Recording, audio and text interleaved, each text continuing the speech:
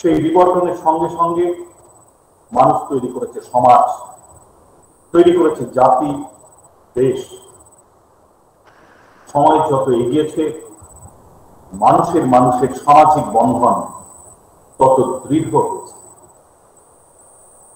বর্তমান পৃথিবীর প্রযুক্তিগত চরিত্র আমূল বদলে গেলেও মানব জীবনের ধরনের প্রাথমিক চরিত্র কিন্তু বিন্দুমাত্র বদলায়নি। তাই এখনো অপরিবর্তনীয় ভাবে এই পৃথিবী পরিচালিত হয় মানুষের মননের দ্বারা। আর সেই মনন যদি নৈতিক শিক্ষার দ্বারা পরিণতি প্রাপ্ত মূল্যবোধ প্রতিষ্ঠান না করে, তাহলে সমাজ কখনো সুষ্ঠুভাবে পরিচালিত হতে পারে না। আমরা চেষ্টা করে যাচ্ছি আমাদের বিভিন্ন শিক্ষা প্রতিষ্ঠানের মধ্য দিয়ে, আমাদের স্বাস্থ্য পরিষেবার মধ্য দিয়ে এই মানুষের মননকে সুন্দরভাবে গড়ে তোলা।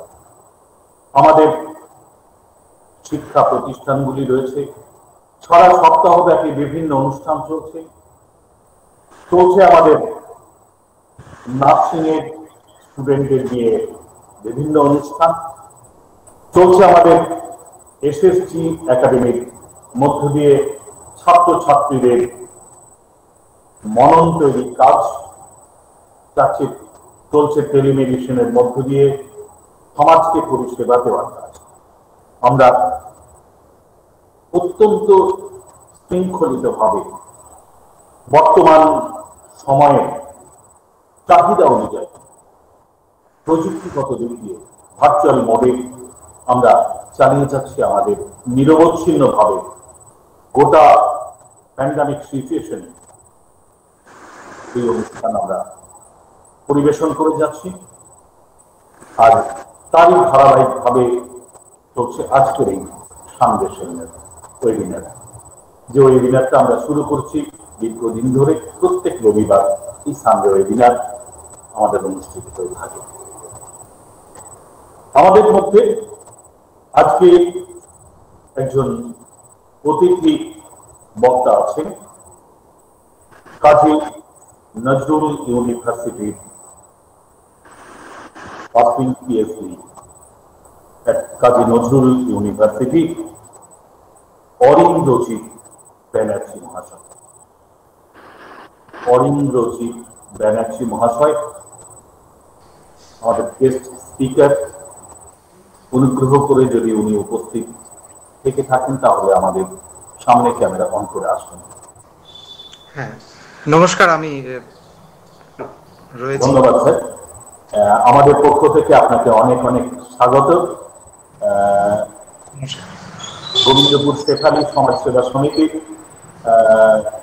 এনএস পলিটেকনিক এবং আমাদের স্বাধীন ট্রাস্টের পক্ষ থেকে আপনাকে স্বাগত জানাই আমাদের অনুষ্ঠানে যোগ দেওয়ার জন্য।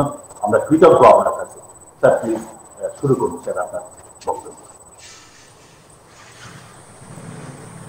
নমস্কার, আমি প্রথমেই কৃতজ্ঞতা জানাই স্বাধীন এবং সতীর্থ ফাউন্ডেশন ট্রাস্ট এবং Gobindapur Shefali memorial polytechnic college কর্তৃপক্ষদের, এবং আজকে এই ধরনের একটি জরুরি, আমি বলবো জরুরি আলোচনা চক্র আপনারা যে ধারাবাহিকভাবে করে চলেছেন সে বিষয়েও আমি আপনাদের কৃতজ্ঞতা জানাই। আজকের মূল যে আলোচনার বিষয়, সে আলোচনার যে শিরোনাম এখানে রাখা হয়েছে, face to face at a distance, building a new horizon in education, physical exercise and health humanity। খুব উল্লেখযোগ্যভাবে যদি আপনারা যারা এখানে দর্শক শুনছেন তারা যদি খেয়াল করেন তাহলে দেখা যাবে যে আমরা যদি এই শব্দবন্ধগুলোকে বাংলা করে নিই তাহলে মুখোমুখি রয়েছি অথচ একটা দূরত্ব, অর্থাৎ আমরা যেন একই দ্বীপের মধ্যে রয়েছি অথচ প্রত্যেকে যেন বিচ্ছিন্ন রয়েছি, অর্থাৎ এক ধরনের অ্যালিয়েনেশন। আমরা পাশ্চাত্য দর্শনে অ্যালিয়েনেশন থিওরি পড়েছি, বিচ্ছিন্নতার মনোদর্শনের থিওরি পড়েছি। তো তেমনই একটা অবস্থান্তর আমাদের এই সময়, যে বহমান সময়ের মধ্যে দিয়ে আমাদের চলতে হচ্ছে, সেই সময়ে যেন আমরা পড়েছি। অবশ্যই এ কথা তো উল্লেখযোগ্য যে আমাদের সময়ের সঙ্গে যে অর্থনৈতিক কাঠামো, সামাজিক কাঠামো, মানুষের সম্পর্কগত কাঠামো, এবং সব থেকে যেটা গুরুত্বপূর্ণ, যে এই যে সামগ্রিক পরিবর্তনের যে চেহারা, তার একটি বড় প্রভাব কোথাও মানুষের মনোজগতে পড়ছে।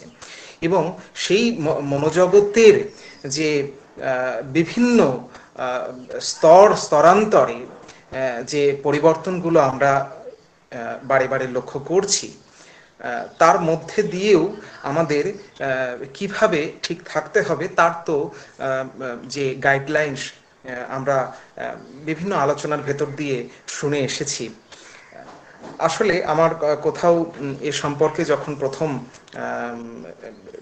অরিজিৎ আমাকে এ নিয়ে কিছু বলতে বলে, আমার কোথাও মনে মনে হচ্ছিল যে আন্তর্জাতিক যে কমিটি, আমি ধরা যাক হুয়ের মতো যে কমিটি, যারা এই কোভিড সিচুয়েশনের যে বিষয়গুলো নিয়ে মতামত দেয়, বিভিন্ন দেশের যে পরিকাঠামো কীরকম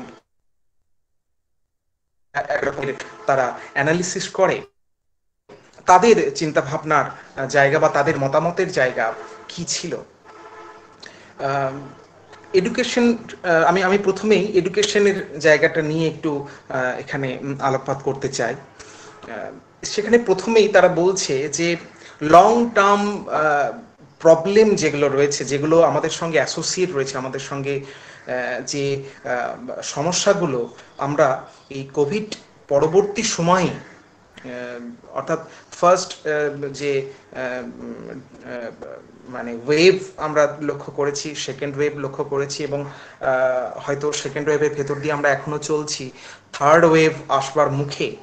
তো এই যে লং টার্ম যে প্রবলেমের মধ্যে দিয়ে আমরা এতদিন ধরে অ্যাসোসিয়েট রয়েছি, তার কোথাও গতির প্রকৃতি কিভাবে হচ্ছে তার একটা চিন্তা চেতনা আমরা তো কোথাও আয়ত্ত করতে পেরেছি। এখন যেটা বিষয় সেটা হচ্ছে যে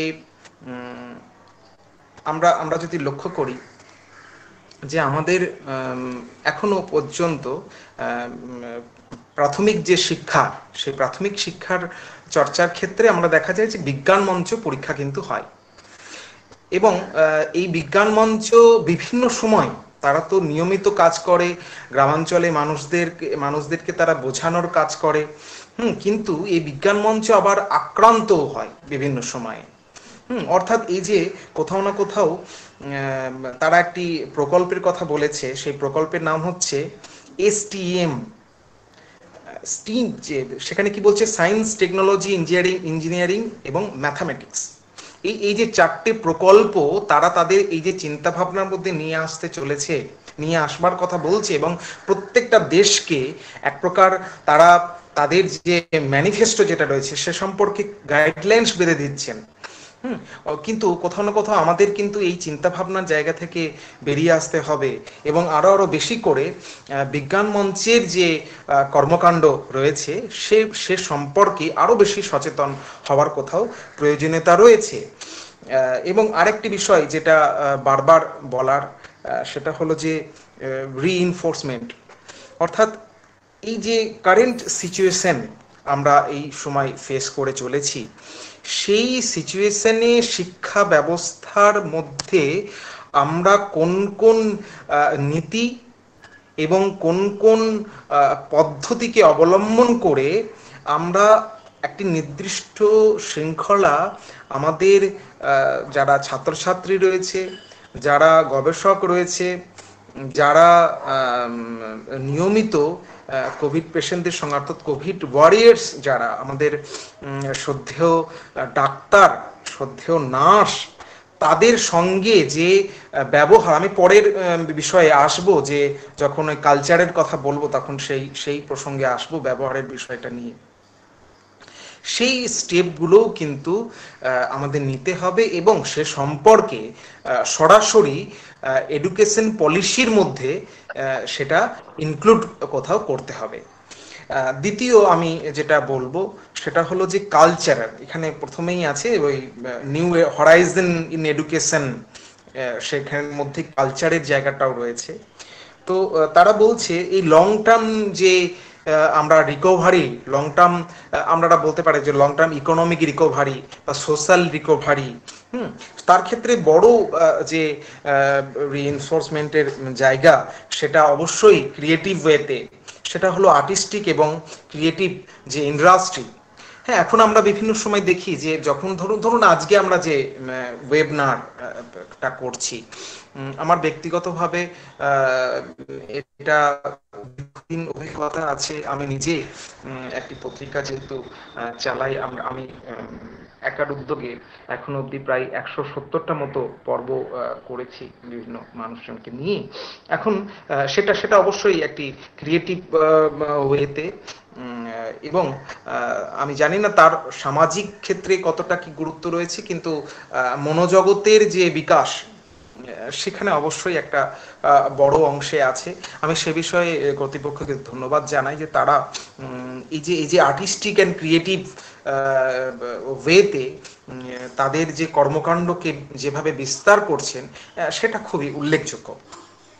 এখন দেখবেন যে হু যখন এই গাইডলাইন্সটা বেঁধে দিচ্ছে যে digital technologies in creative and imagination skill, অর্থাৎ গিগ ইকোনমি, যখন আমাদের যে ইকোনমিক কাঠামোটা যখন চেঞ্জ হচ্ছে, তখন কিন্তু এটা কোভিড যখন ঢুকছে, কোভিড যখন আসছে, তখন তার আগে থেকেই কিন্তু একটা পরিকল্পনা চলছে যে আমাদের দেশের সিচুয়েশন বা বিশ্বের বাজার যে অর্থনীতি, সে বাজার অর্থনীতির জায়গাটাকে যদি মাথায় রাখি তাহলে দেখব যে ইকোনমিক যে কন্ডিশন যেটা, সেটাও কিরকম ভাবে চেঞ্জ হচ্ছে। অর্থাৎ এখন দেখা যাচ্ছে যে কর্মসংস্থানের ক্ষেত্রেও কিন্তু একটা বড় প্রভাব পড়ছে। আমরা দেখেছি যে বিভিন্ন যে টেকনোলজি বা ইন্ডাস্ট্রি যেগুলো রয়েছে, হ্যাঁ, তারাও কিন্তু অনেক শ্রমিককে ছাঁটাই করেছে, আবার কিছু শ্রমিককে আবার নতুন করে জয়েনও করাচ্ছে। অর্থাৎ কোথাও না কোথাও এই যে যান্ত্রিকতার যে জায়গাটা, সেটা এত বেশি বেড়ে যাচ্ছে। এই বেড়ে যাওয়ার ফলে যেটা হচ্ছে যে মানুষের মধ্যে আমরা সেই হিসেবে যে ইমাজিনেশন স্কিলটা আমরা দেখব যে এখন এই সময় আপনারা যদি, আমি ইউটিউবে একটা সার্ভে দেখছিলাম যে এই লকডাউন যখন থেকে আরম্ভ হয়েছে, হ্যাঁ, এখনো অবধি ইউটিউব মানে কি বিপুল ব্যবসা করেছে। এবং আমরা দেখব যে এই যে গিগ ইকোনমিতে বলছে যে আমরা কিন্তু কোন রকমের যে পার্মানেন্ট কোনো একটা জবের ভেতর দিয়ে চলে গেলাম এবং সেটা একটা বয়স পর্যন্ত করলাম, তারপরে একটা রিটায়ারমেন্টের লাইফ, এইভাবে কিন্তু আর চলবে না। অর্থাৎ কোথাও না কোথাও, অর্থাৎ কেন এই কথাগুলো বলছি, কারণ মানুষ যখন এই চিন্তা ভাবনাগুলো, এই যে যেমন যেমন যেমন হেলথ হিউম্যানিটির কথা এখানে বলা হবে, এখানে এই শিরোনামের মধ্যে রয়েছে হেলথ।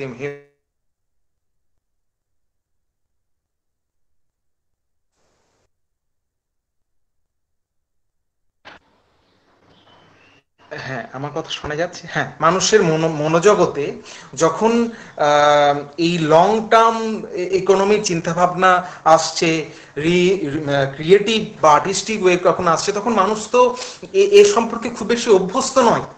অর্থাৎ তার মনোজগতে একটা বড় প্রভাব কিন্তু পড়তে পারে এই চিন্তা ভাবনায় যে কোথাও না কোথাও আমাদের আমাদের যে মেন্টাল যে কন্ডিশন সেটা বিঘ্নিত হতে পারে। অর্থাৎ আমরা ধৈর্য হারাতে পারি। তো এই জায়গাটাই কিন্তু এই স্কিল ডেভেলপমেন্টের কথাটা খুব গুরুত্বপূর্ণ। আমি এর পরের প্রসঙ্গে একটু চলে আসি। কমিউনিকেশন যেটা ফিল্ড, কমিউনিকেশন ফিল্ড, এবং এখানে খুব গুরুত্বপূর্ণ জায়গা কিন্তু দেখবেন যারা যেখান থেকে আমরা ইনফরমেশন কালেক্ট করছি, অর্থাৎ ধরুন হু হলো, বা আমরা যেখান থেকে ম্যাক্সিমাম ইনফরমেশন কালেক্ট, সেটা হচ্ছে সংবাদ মাধ্যম, সংবাদপত্র এবং মিডিয়া, সোশ্যাল মিডিয়া। এখন এই যে এই সোশ্যাল মিডিয়া দেখবেন, এখন তো সোশ্যাল মিডিয়ার ব্যবহারটা অনেক অনেক বেশি বেড়ে যাচ্ছে, এবং কোথাও না কোথাও ব্যবহারটা বেশি বেড়ে যাচ্ছে বলে সোশ্যাল মিডিয়ার দায়িত্বটাও কিন্তু বেড়ে যাচ্ছে। এবং আমি পরে যখন মানে এটা বলবো যে অ্যাটাকস অফ রিলেটেড কোভিড-19, যে কি কিভাবে এই যে কোভিড ওয়ারিয়ার্সরা যখন লড়াই করছে, মানে সামগ্রিকভাবে, আমি শুধুমাত্র ডাক্তার নার্স তো সর্বাগ্যে আছে, তাদেরকে সবসময়ের জন্য স্যালুট, কিন্তু যারা যারা যারা অফিসিয়াল কাজকর্ম করছেন, যারা এন্ট্রিজ করছেন, যারা নিয়মিতভাবে এই সার্ভারটাকে ফলো আপ করছেন, তাদের ক্ষেত্রেও কিন্তু কি কি অ্যাটাক আসতে পারে, সাইবার অ্যাটাক আসতে পারে, ইন্ডিভিজুয়াল ওয়েপন অ্যাটাক আসতে পারে, সাইকোলজিক্যাল ট্রিট হতে পারে, বা ফিজিক্যাল অ্যাসাল্ট হতে পারে। মানে এই যে জায়গাগুলোও কিন্তু আমরা এখানে লক্ষ্য করব।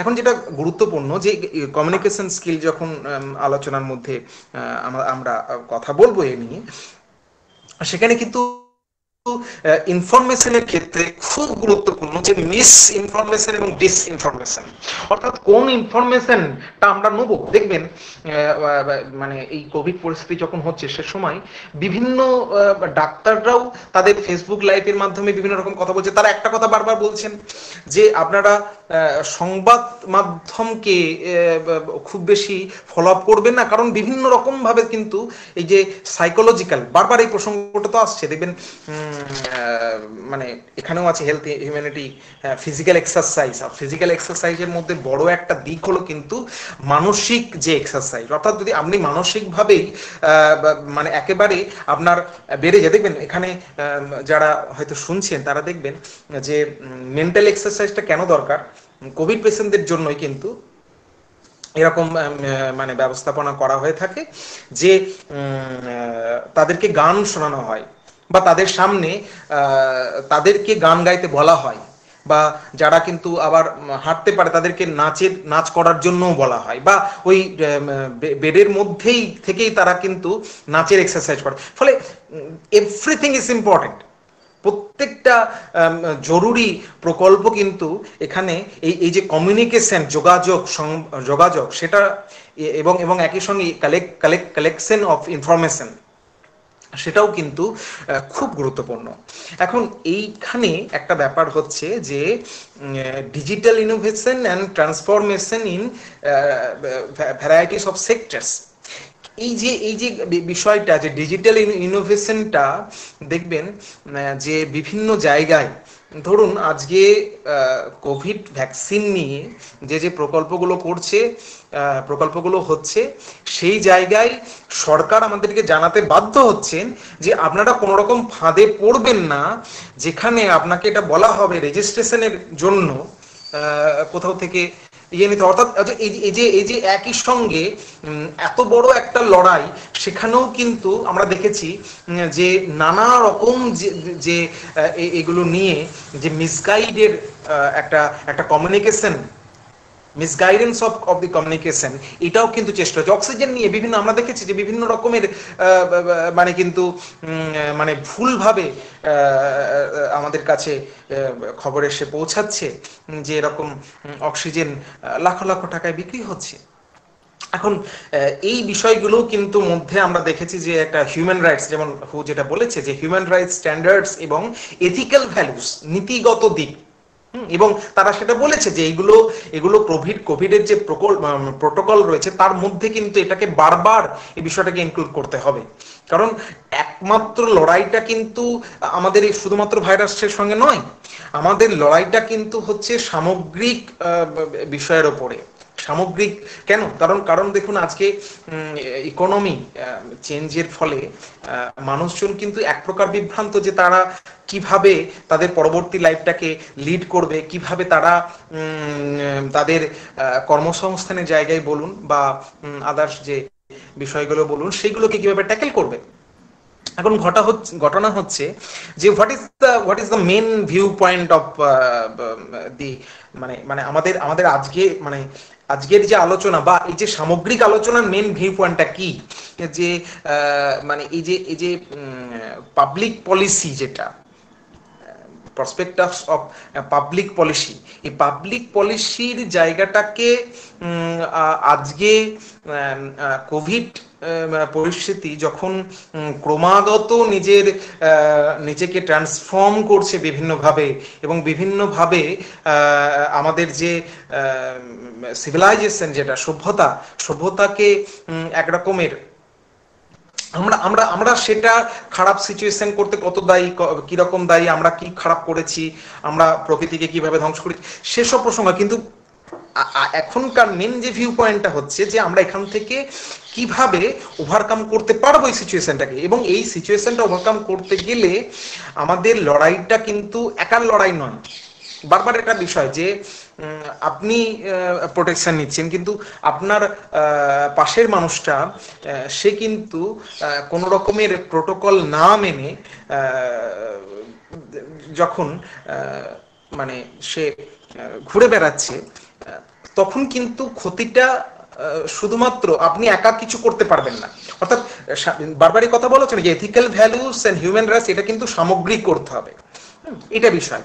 আচ্ছা, আমি আমার শেষ পয়েন্টের এখানে জায়গায় আসি, যেটা এই শিরোনামের যে আলোচনা চক্র তারও শেষ পয়েন্ট, সেটা হলো যে physical exercise and health humanity.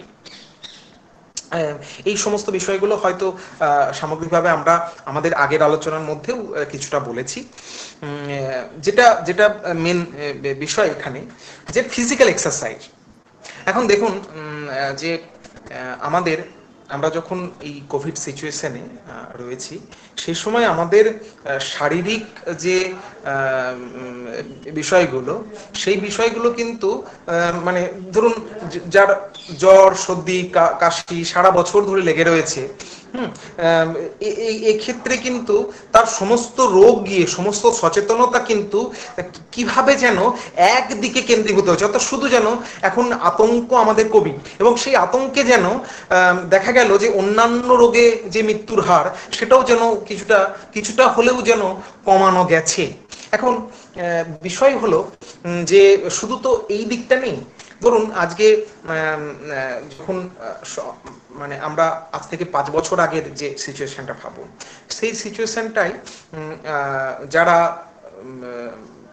8 ঘন্টা, 9 ঘন্টা, 12 ঘন্টা হয়তো ডিউটি করতেন বা বিভিন্ন ইয়েতে করতেন, তারাও কিন্তু সেই সমস্ত সময়গুলোকে নিজেদের বাড়ির মধ্যে ইনভেস্ট করছে, তাদের পরিবারের সঙ্গে কাটাচ্ছে। তো এটাও তো একটা কোথাও না কোথাও পজিটিভ দিক।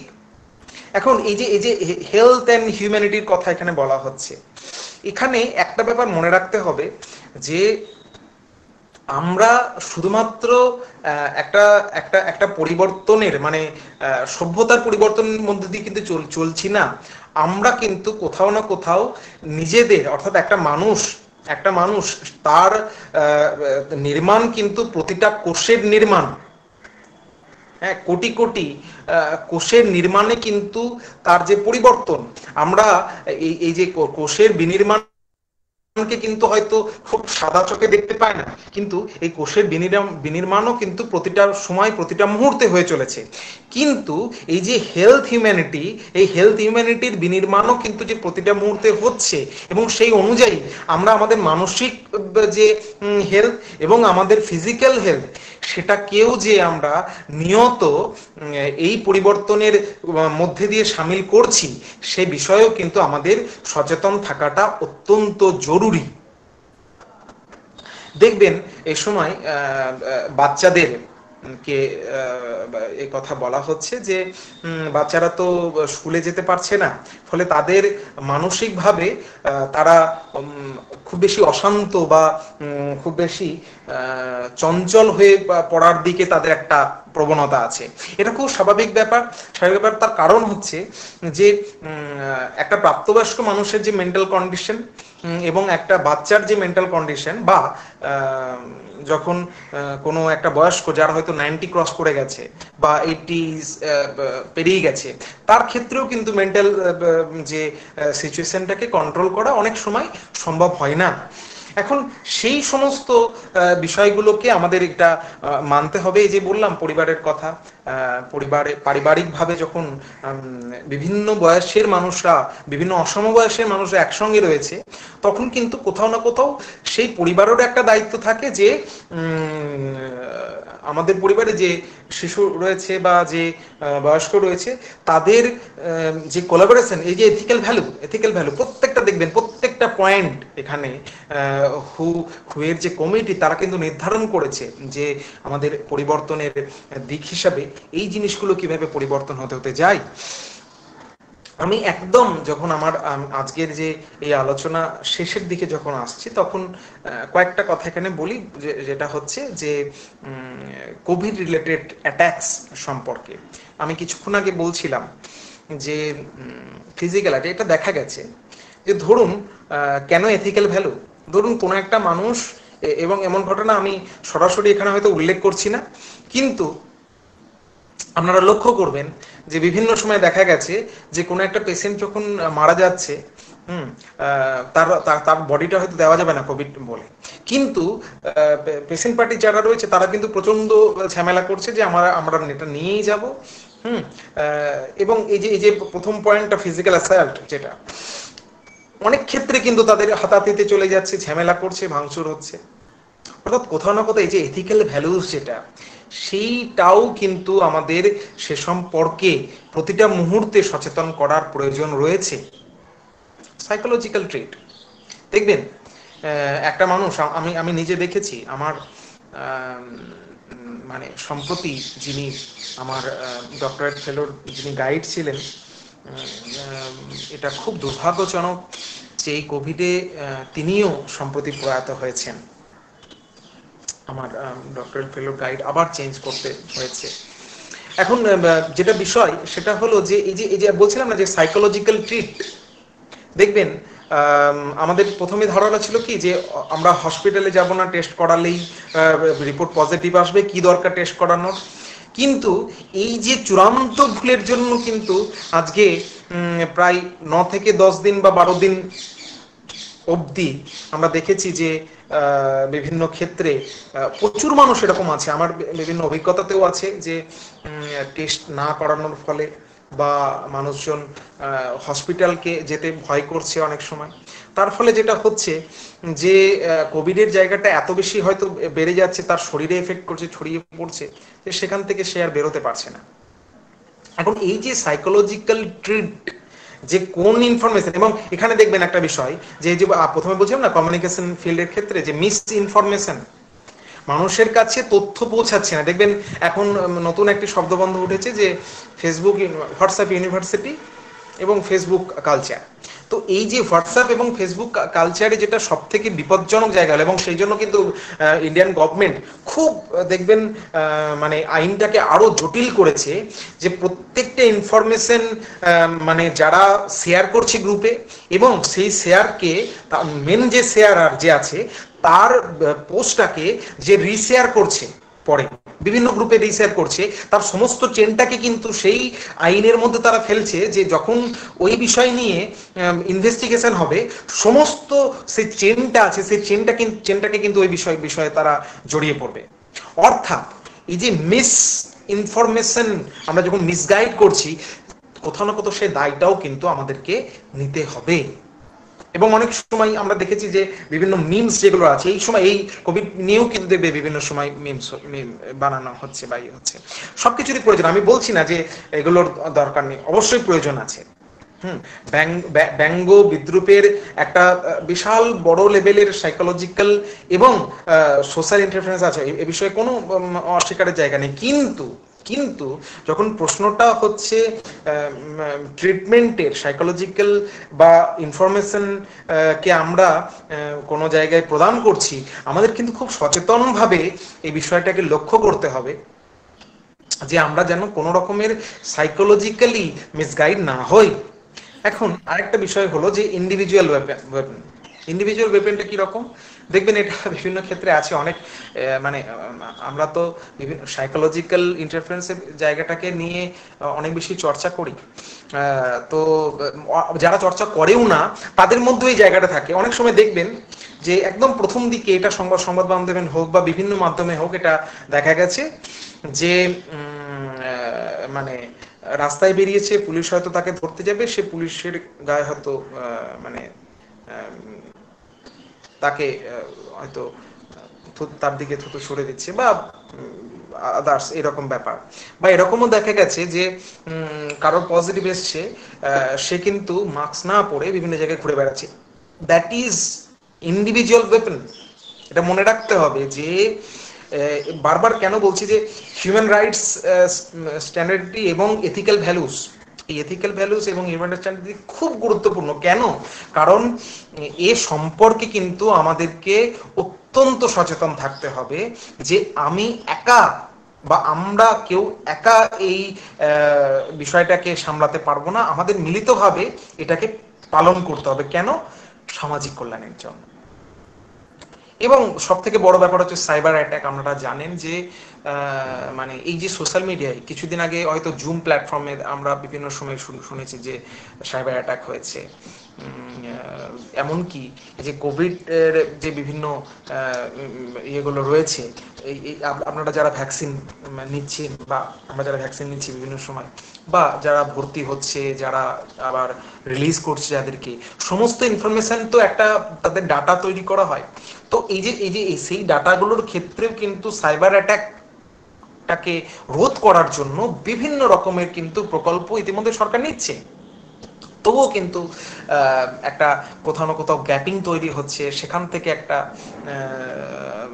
মানে বিভিন্নভাবে এই যে কোভিড রিলেটেড যে সিচুয়েশন, সেটা কোথাও না কোথাও বিঘ্নিত হচ্ছে।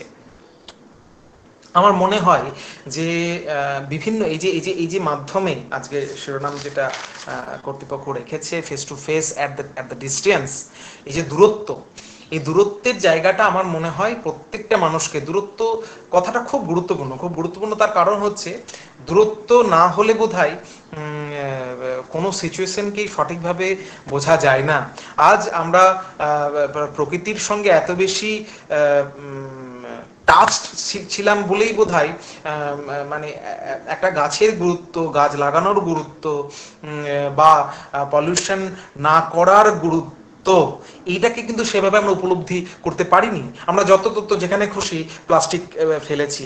আমরা আমরা মানে পুকুর হোক বা দিঘি হোক বা নদী হোক বা সমুদ্র হোক, সেইভাবে এই সিস্টেমগুলোকে মেনে চলিনি। তার একটা প্রভাব তো অবশ্যই পড়েছে। আজকে দেখুন, আপনারা হয়তো এই ভিডিওটা খুব মানে দেখেও থাকবেন অনেকে। বিবিসি নিউজে একটি সাক্ষাৎকার ছিল, মানে একজন টেলিকাস্ট করছিল, রেডিও সম্প্রচার।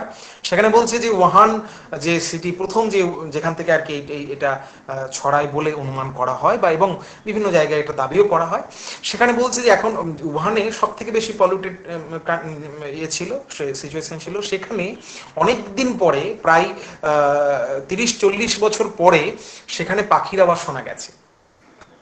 অর্থাৎ কোথাও না কোথাও এই যে দূরত্ব মানুষকে কিন্তু অনেক কিছু, অনেক যা কিছু মানুষ অনেক সময় উপলব্ধি করে না, সেই জায়গাগুলোকেও হয়তো তারা উপলব্ধি করায়। তো সবাই, আমি আজকের মতো এখানেই শেষ করছি, আমার 12:30 হতে চলো। তো কর্তৃপক্ষকে বিশেষ কৃতজ্ঞতা জানাই যে আপনারা এখানে আলোচনা করেছেন। ধন্যবাদ স্যার। আপনার অত্যন্ত সাবলীল ভাবে আপনি গোটা বিষয়টাকে তুলে ধরলেন।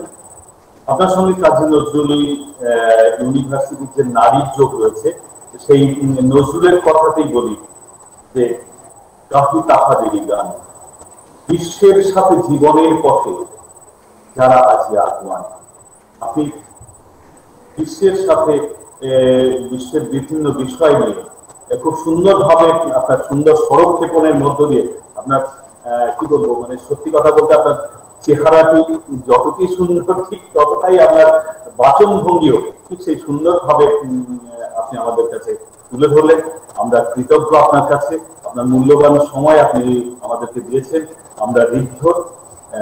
আবার সেই নজরুলের কথায় বলি, আমরা সৃজিব নতুন জগৎ, আমরা কাটিব নতুন গান, সম্ভ্রমে নত এই ধরা নেবে পঞ্চদীপাতি মোদের দান।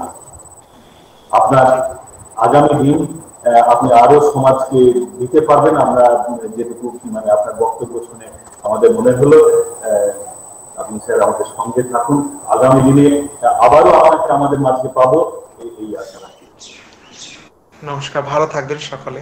হ্যাঁ, ঠিক আছে, ঠিক আছে। আমি দেখে নিবো আমাদের